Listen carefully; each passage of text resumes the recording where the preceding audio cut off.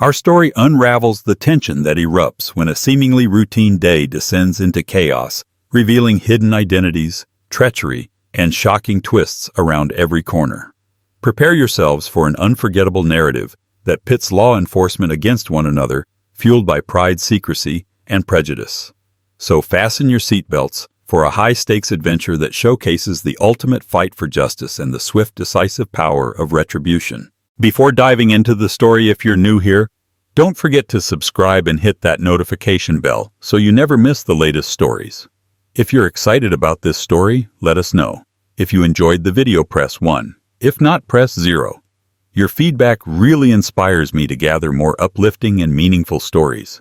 John F. Kennedy International Airport buzzed with restless energy as passengers rushed from gate to gate. It was an early Friday afternoon, and lines for security checkpoints seemed endless. Amid the sea of faces and accents, Marcus Townsend tried to stay inconspicuous in his plain black hoodie and jeans. He kept his gaze lowered, focusing on his phone as the flight status screen flickered overhead. He could already feel eyes on him, an uncomfortable sensation worsened by recent news headlines of racial profiling incidents. Tucked under his hoodie lay something no one would suspect: the credentials of a U.S. Marshal. He headed toward the Delta Airlines check-in counter, rehearsing the steps in his mind. His assignment was a discreet one, shadowing a suspect under investigation for a high-profile theft operation that reached into the heart of New York City. It was the kind of case that demanded complete secrecy. Marcus had been specifically chosen due to his track record in blending into diverse environments and collecting vital intel. Little did he know that the biggest threat that day would come from a different direction entirely: an unscrupulous uniform bent on making him a target because of his skin color. As he approached the Delta kiosk, Marcus noticed a uniformed police officer positioned near the security checkpoint. The man had a square jaw, close-cropped hair, and the type of stone-cold gaze that seemed to scan for trouble. Something in the man's posture made Marcus uneasy. The nameplate read Officer O'Connor. O'Connor was tall and imposing, with a stern expression etched onto his face. Passengers gave him a wide berth, as though instinctively sensing his authoritarian aura. Marcus tried to ignore him, fully aware that any unwarranted attention could compromise his covert mission. Marcus stood in line to check his bag, noticing the subtle rustle of movement behind him. He resisted the urge to turn, forcing himself to remain calm. Over the years, he had become adept at reading micro-expressions and subtle cues, honed skills that had saved his life on more than one occasion. Now those senses warned him the officer was watching him. Carefully, he finished at the kiosk and started toward the security checkpoint. A wave of nerves washed over him. One misstep could jeopardize the entire operation, but ignoring the officer might also provoke unwanted scrutiny. Officer Donovan O'Connor followed Marcus at a distance. He had been stationed at JFK for years and prided himself on what he called his sixth sense for picking out trouble. In truth, his sense had far more to do with prejudice than any genuine detective skill. The moment he spotted Marcus, something in his mind clicked. He saw a young black man in a hoodie, exuding confidence and moving through the airport swiftly. To Officer O'Connor, that was enough reason to suspect wrongdoing.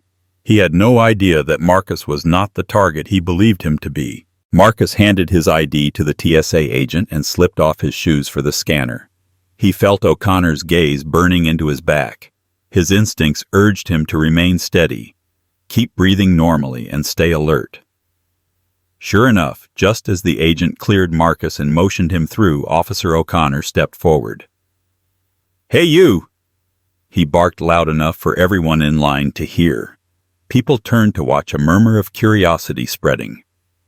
Marcus paused, gripping the handle of his carry-on tighter, forcing himself to maintain an air of calm even as anxiety churned in his gut. The conversation that followed began innocently enough. "I need to see your ID again," O'Connor demanded. The officer's voice dripped with a disdainful tone that made the surrounding passengers uneasy. Marcus calmly handed over his driver's license without protest, determined not to cause a scene. O'Connor studied the ID, squinting like he expected to find something wrong. Marcus could practically feel the wave of tension growing behind him as travelers lined up impatiently, watching this unusual confrontation. The TSA agents nearby looked uncertain, unaccustomed to local police interfering so blatantly with routine security procedures. O'Connor wasn't content with just the driver's license. "Where are you headed?" he pressed, ignoring Marcus's obvious discomfort. "Boston," Marcus answered, simply masking his irritation. He knew that if he fumed or showed anger, it would only feed the officer's narrative. But O'Connor's suspicions only grew. He handed the ID back with the same expression he might reserve for a criminal. "Watch yourself," O'Connor muttered, barely audible. Marcus breathed out slowly, taking his license with a steady hand. Little did either man know just how quickly fate would twist their paths together again. The day took a darker turn moments later when Marcus reached his gate. He settled into a corner seat, scanning the crowd for his suspect, a mid-level employee of an art gallery rumored to be part of an international theft ring. Marcus spotted the man, a wiry figure with thinning hair and restless eyes, waiting anxiously near the boarding doors for Flight 417 to Boston. Marcus casually pulled out a magazine, feigning disinterest while keeping his target in peripheral view. In the bright overhead lights, the suspect tapped his foot incessantly, glancing over his shoulder as if expecting trouble. Unbeknownst to Marcus, O'Connor had followed him to the gate. Anger simmered beneath the officer's calm exterior. The airport's standard jurisdiction was typically under the TSA and federal authorities, but O'Connor held a high opinion of his own authority. He had a track record of overshadowing boundaries, ignoring protocol when he believed it necessary. He stood behind a pillar, watching Marcus with hawk-like intensity. When boarding began, he approached a flight attendant with feigned politeness, fishing for information. "That man in the hoodie," O'Connor whispered, pointing subtly at Marcus. "Mind letting me know if he boards?" Marcus, sensing the tension, got in line behind his target, determined to board discreetly. He needed to maintain proximity once they were airborne. Boarding the plane was a typical procedure: show the boarding pass, find your seat, store your carry-on. But as Marcus scanned his pass at the gate, he felt a sudden jolt. The flight attendant gave him a strange look before nodding politely. Something was off, but Marcus had no choice but to proceed. He found his seat in row 18, an aisle seat 2 rows behind the suspect, who was busy rummaging through a tattered briefcase. Just as Marcus settled in, the unexpected happened. O'Connor stepped onto the plane. Passengers exchanged puzzled glances, clearly wondering what a uniformed New York cop was doing boarding a flight to Boston. Marcus's pulse quickened. This was highly irregular. Police officers outside their jurisdiction rarely hopped planes to conduct an investigation, especially without informing flight crew or federal air marshals. Was O'Connor chasing something else, or had he merely become obsessed with Marcus? The hum of the air conditioning overhead seemed ominous, and Marcus found himself bracing for a confrontation that could ruin his mission. Sure enough, O'Connor marched straight to Marcus. "You! Come with me," he demanded, voice echoing in the cramped cabin. People stared, shock quickly turning to indignation. A woman behind Marcus gasped. Flight attendants hovered, uncertain whether to intervene. Marcus tried to keep his voice level. "Officer, I'm a paying customer with a valid ticket. Is there a legitimate reason you're requesting me to leave this flight?" O'Connor's posture stiffened. He pulled out a pair of handcuffs and brandished them like a threat. "Don't make this harder than it needs to be," O'Connor hissed. In that charged moment, the pilot emerged from the cockpit, alerted by the cabin commotion. "Sir, if there's an issue, I'm required to inform the Federal Air Marshal on board," the pilot stated, measuring his words carefully. O'Connor's nostrils flared. Perhaps he hadn't expected an air marshal to be present, or perhaps he believed his local jurisdiction gave him carte blanche. Marcus considered his options: reveal his identity now or wait for an opportune moment. He glanced at the suspect 2 rows ahead. If he blew his cover, the target might flee. Yet being yanked off a plane was no option either. The flight attendant intervened, explaining that no one can be removed without a valid reason. O'Connor faltered momentarily, then leaned in close to Marcus, his voice a low growl. "I know your type. You're hiding something. If you don't come quietly, I'll have to make you come." Tension crackled in the air. Some passengers took out their phones, recording the spectacle. Marcus recognized the unspoken prejudice fueling O'Connor's hostility. But for the sake of the mission, he calmly rose from his seat. "I'll step out with you, officer, so we can discuss this in private," he said, controlling his anger. Marcus and O'Connor exited the plane flanked by a bewildered crew and a cluster of onlookers. The corridor leading back to the gate felt narrow, pressing in on Marcus's psyche. O'Connor began unleashing accusations. "Drugs, fake ID, who knows what else you're carrying?" His tone was contemptuous, ignoring the curious stares of gate agents. Marcus stood tall. He knew he had to reveal his credentials now or risk being thrown into a nightmarish situation. Calmly, Marcus reached inside his hoodie pocket. "Officer O'Connor." "I am a U.S. Marshal," he said, producing a worn leather badge case. "I'm on a covert assignment. Step down." The stunned silence that followed was palpable. O'Connor's eyes narrowed as though his mind couldn't process the revelation. "That's impossible," he snapped, snatching at the badge. Marcus pulled it back before the officer's fingers could graze it. "I strongly suggest you confirm my credentials before making any more baseless threats." O'Connor's jaw clenched, but a flustered TSA supervisor, alerted by the commotion, stepped forward to check the ID. As the supervisor carefully examined the credentials, O'Connor stood there red-faced. Something akin to panic flickered in his eyes. The turning tide was visible to everyone. With the truth out, the gate area erupted in murmured conversation. Cameras were still rolling as O'Connor found himself at a humiliating disadvantage. Marcus's voice was resolute but calm. "Officer, you've not only hindered a federal investigation, but you've also harassed me based on prejudice. I suggest you clear my path." O'Connor tried to bluster his way out. "You can't talk to me like that," he spat, voice trembling with indignation. "This is my city," Marcus shot back. "I don't believe the oath you took gives you free rein to target innocent travelers." Before O'Connor could respond, the suspect, a certain Harold McCreary, peered nervously from the plane. Marcus realized the commotion had likely aroused his suspicion. If Harold spooked, he might slip away. Throwing a quick glance back at O'Connor, Marcus stepped toward the gate, determined to salvage his operation. The TSA supervisor spoke up. "Officer O'Connor, let me remind you that federal authority supersedes local jurisdiction here. Please stand down." Everyone watched as O'Connor visibly struggled to maintain composure, his glare drilling into Marcus with seething animosity. But he said nothing, allowing Marcus to reboard. Despite the tense standoff, Marcus quickly found Harold McCreary in the crowd near the gate. The suspect seemed conflicted. His face betrayed fear and curiosity. Marcus covertly tailed him, letting the crowd's chaos camouflage his pursuit. Sure enough, Harold grabbed his briefcase and began retreating, presumably looking to abandon his flight. Marcus discreetly followed. Meanwhile, O'Connor stood rooted in place, watching them, a rage-fueled storm brewing in his eyes. In the swirl of travelers rechecking their boarding passes, the suspect tried to dart down a hallway, only to find Marcus intercepting him near a Starbucks kiosk. "Mr. McCreary," Marcus said, adopting a neutral tone. Harold froze, the color draining from his face. He recognized the authority behind Marcus's voice. The suspect's gaze flicked around, searching for an escape. I'm late for a meeting," Harold stammered, adjusting the handle of his briefcase. Marcus offered a professional smile. "You're coming with me. We can do this the easy way or the hard way." Realizing he was trapped, Harold sighed. "I suppose I don't have a choice."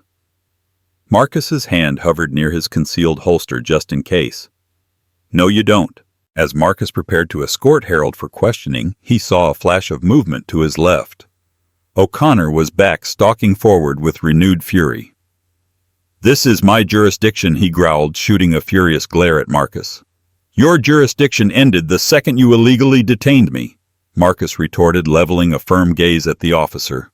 Harold trembled between them, anxiously shifting his weight. The tension escalated, almost tangible. Around them, the hustle and bustle of the airport seemed to slow, as if the entire terminal was braced for the outcome of this confrontation. Without warning, O'Connor lunged, attempting to grab Harold's arm. "I'll take care of this," he barked. In a practiced motion, Marcus deftly countered, blocking O'Connor's move and placing himself between the cop and the suspect. "Back off," Marcus ordered, his voice cold and controlled. The two men locked eyes, their stances rigid. For an instant it seemed O'Connor might resort to force again. A circle of startled passengers formed at a cautious distance, phones raised. The TSA supervisor and a few airline staff hurried over, frantic to prevent a physical altercation on airport property. Pandemonium threatened, but Marcus managed to keep his composure. "Officer O'Connor, this suspect is part of a federal case. You have no grounds to interfere." The cop's eyes blazed with hate. "You're not taking him anywhere," he spat. "He's a criminal and you're... But O'Connor couldn't voice it, couldn't quite hurl the insult swirling in his head. Marcus understood instantly O'Connor's hatred wasn't logical. It was a deep-rooted prejudice fueling an irrational vendetta. And if Marcus didn't handle this carefully, the situation could turn tragic.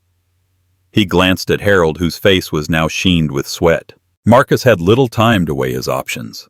The crowd pressed closer, capturing every angle on camera.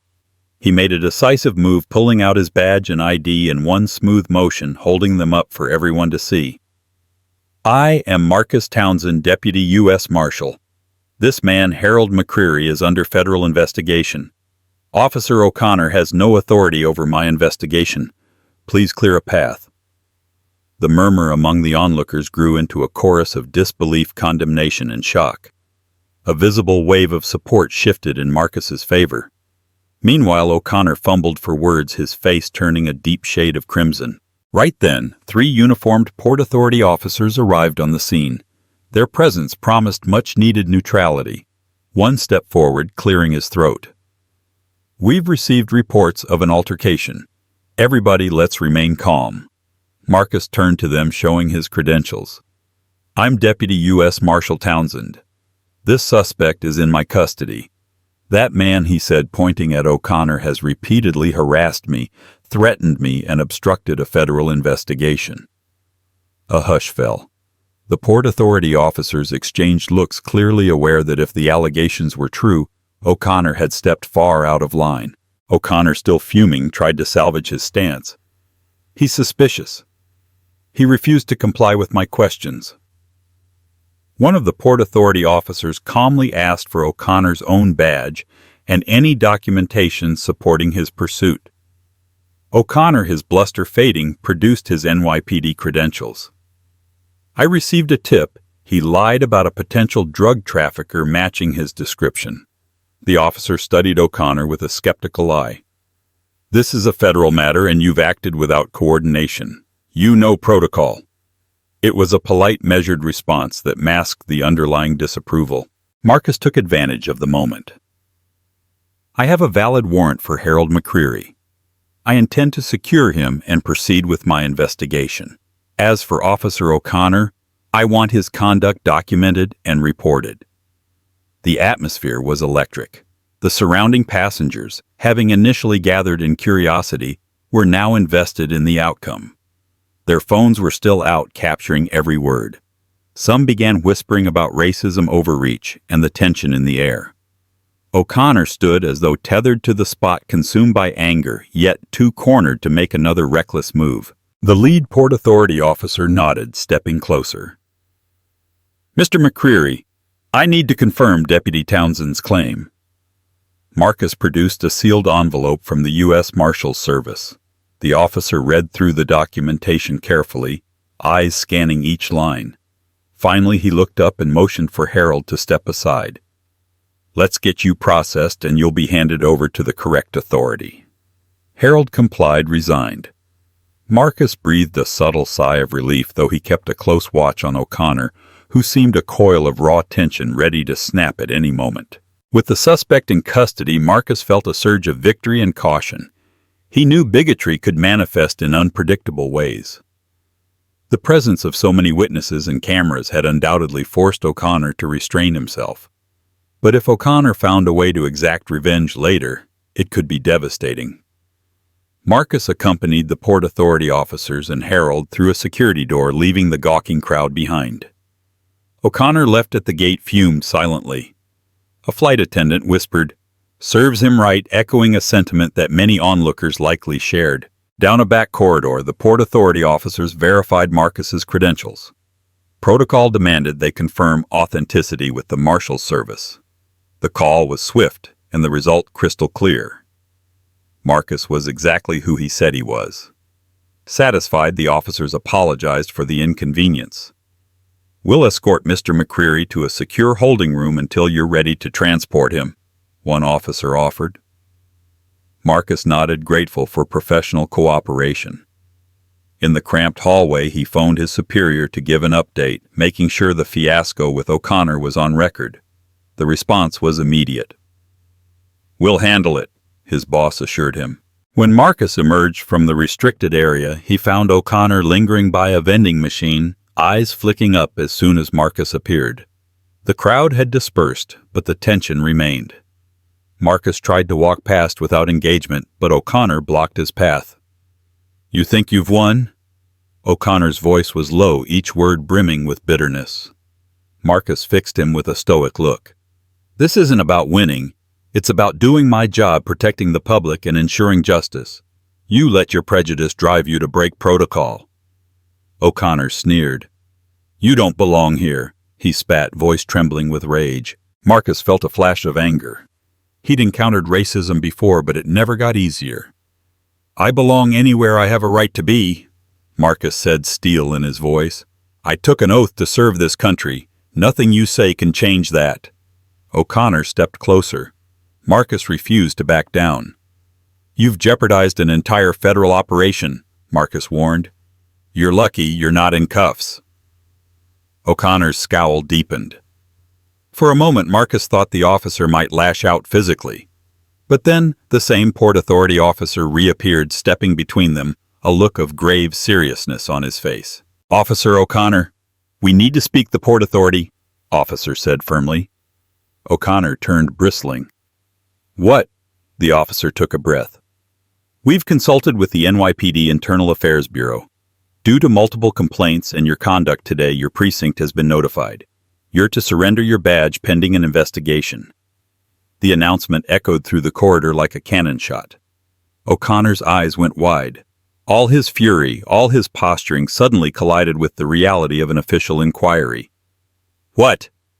"You can't," O'Connor sputtered. But the Port Authority officer held out a hand. "Your badge, please." Marcus stood witness to a moment he never truly expected to see. Slowly, O'Connor unpinned his shield, the metallic glint reflecting his downfall. He slapped it into the officer's waiting palm. "You can't do this," O'Connor hissed again, tone edging on desperation. "I'm a decorated officer." The Port Authority officer remained stoic. "Decorated or not, your behavior requires review. That's how we maintain trust in law enforcement." Marcus felt a surge of justice, a sense of karmic balance settling into place. It wasn't often he saw accountability administered so swiftly. The hallway was silent as O'Connor turned to Marcus, eyes blazing with a volatile mix of humiliation and hate. He opened his mouth, then closed it again at a loss for words. Marcus simply stared back, letting the gravity of the moment speak for itself. In that charged silence, everyone understood that O'Connor's downfall was self-inflicted, fueled by prejudice and arrogance. With his badge surrendered, O'Connor was escorted away by two other officers for a debriefing. Marcus exhaled, feeling the tension in his muscles begin to ease. Justice, though not always immediate, had been served this time. After completing necessary paperwork, Marcus found himself back in the main terminal, the evening lights casting long shadows across the polished floor. The day had turned into something far more dramatic and tumultuous than he'd anticipated. In his ear, the earpiece crackled. "Marcus, how soon can you transport McCreary?" He answered. "Waiting on a flight reroute now. We'll be in Boston by tomorrow." The voice on the other end replied, "Good work. And about that NYPD officer, higher-ups are already making calls." Marcus nodded, relieved that O'Connor's misconduct would not be buried under bureaucracy. In a quiet corner of the terminal, Marcus grabbed a lukewarm coffee from a Starbucks, letting the caffeine steadiness filter through him. Mentally, he replayed the day's events, the tension in the security line, O'Connor's aggression on the plane, the big reveal of his U.S. Marshal Badge, and the official meltdown that followed. It felt surreal. Yet it was a stark reminder that prejudice still lurked in every corner of society, even within the ranks sworn to serve and protect. At least in this instance, the system had taken steps toward accountability. Before leaving, Marcus approached a group of people who had witnessed the confrontation. They recognized him immediately. One woman, tears in her eyes, said, "I'm so sorry you had to go through that." Marcus offered a reassuring nod. "Thank you for recording what happened," he responded. "It might help ensure no one else has to experience something similar from that officer." Another bystander, a middle-aged man, spoke up. "You handled yourself with incredible composure. I would have lost it." Marcus allowed himself a small smile. "I appreciate your words," he replied. "Hopefully one day this won't be such a fight." At last Marcus rendezvoused with two fellow U.S. Marshals who had arrived to assist. They escorted Harold McCreary to a secure area for processing where he would be questioned about the international art theft ring. As they walked past the gate where the chaos had first erupted, Marcus felt a swirl of relief and sorrow. Relief that justice had triumphed this time, sorrow that bigotry still thrived in uniform. He had a job to finish, though. Tomorrow they'd fly to Boston, and McCreary would face the consequences of his crimes. Life went on even after harrowing collisions of prejudice and duty. Meanwhile, in a sterile interrogation room, Harold McCreary sat hunched over a metal table, the overhead lights reflecting off his sweaty brow. Marcus stepped in, joined by two marshals armed with thick dossiers. Harold hesitated, eyes darting nervously. "Look, I didn't mean for any trouble," he began, his voice trembling. Marcus set down the files. "Trouble has already found you. This ring you're involved in, it's bigger than you imagine. Maybe you can help yourself by cooperating." Harold swallowed hard, nodding in resigned defeat. Although overshadowed by the dramatic day's events, the operation to dismantle the criminal network was still priority. As the hours wore on, Harold revealed pieces of the puzzle stolen. Art shipments, secret deals at famous galleries, and potential accomplices spread across state lines. Marcus listened carefully, scribbling notes, coaxing every detail from the suspect. The entire time, the confrontation with O'Connor lingered at the back of his mind. For a fleeting second, he thought about how close he'd come to losing the suspect, and perhaps his own safety. If the officer had succeeded in arresting Marcus on false pretense, everything would have been lost. But fate or justice had intervened. At dawn, Marcus and his colleagues prepared to board a new flight with Harold in custody. The hush of the early morning calm replaced the previous day's chaos.